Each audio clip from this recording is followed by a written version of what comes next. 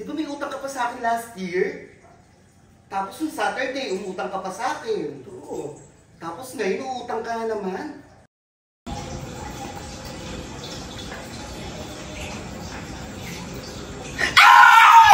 Mabo! Nakulit siya ng boyfriend yung tina mo. Mansal kasi namin yung pinapasya na yung regalo ko sa kanya sa Gika. Ay, bongga. Kaya nagpapaano ka na naman sa mga lalaki mo.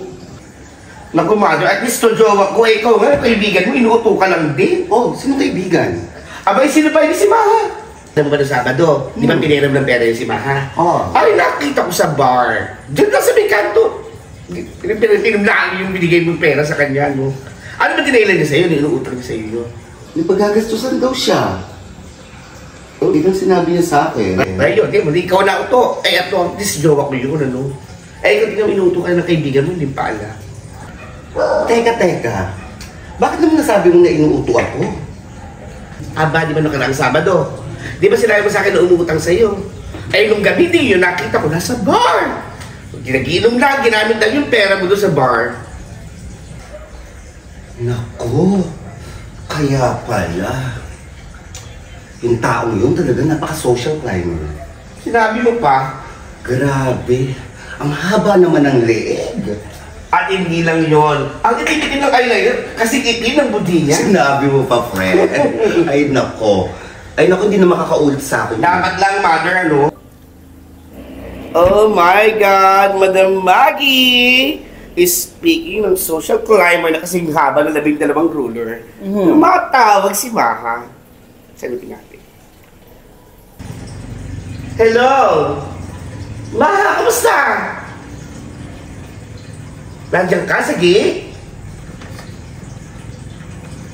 Ah, sige. Sige. Madam Maggie, nasa gate daw. So, ano gagawin natin? Papapasukin na natin. Abang ito napasukan natin, kausapin natin ng social climber na yun. Okay. River! Pabukas nga ng gate! Ay! Mahal! Hindi naman po ka dito, oh! Mabi, hi Madam Maggie. Hello! Buka. Hi. O, kamusta naman? Okay naman, medyo pumunta lang ako kasi nahiya ako sa inyo. O, ba't kailangan mahihiya? Oh, naku. Ba't mahihiya ka? Ano kailangan kay Madam Maggie? Oo nga, ano yun? Madam, nahiya ako eh. Pero, Madam, pwede ba uling makahiram sana ako ng maliit na halaga lang naman? Sana? Ay, naku, Maha. Di ba may utang ka pa sa akin last year? Tapos yung Saturday, umutang ka pa sa akin. Oo. Tapos ngayon, uutang ka na naman. Diyos ko, may nakakarating pa sa akin. Kung saan-saan ka lang nandoon, napupunta ka lang sa bar. Di ba sabi mo sa akin, sa kapatid mo gagamitin yung pera mga inuutang mo sa akin? Eh, lagi ka nasa bar. Napaka-social climber mo naman.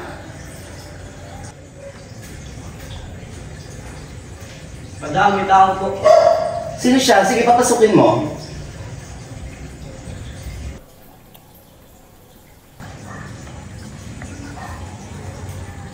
Magandang gabi po. Kuya, sabi kasi ni Nanay nandito ka. At may sasabihin ako sa'yo.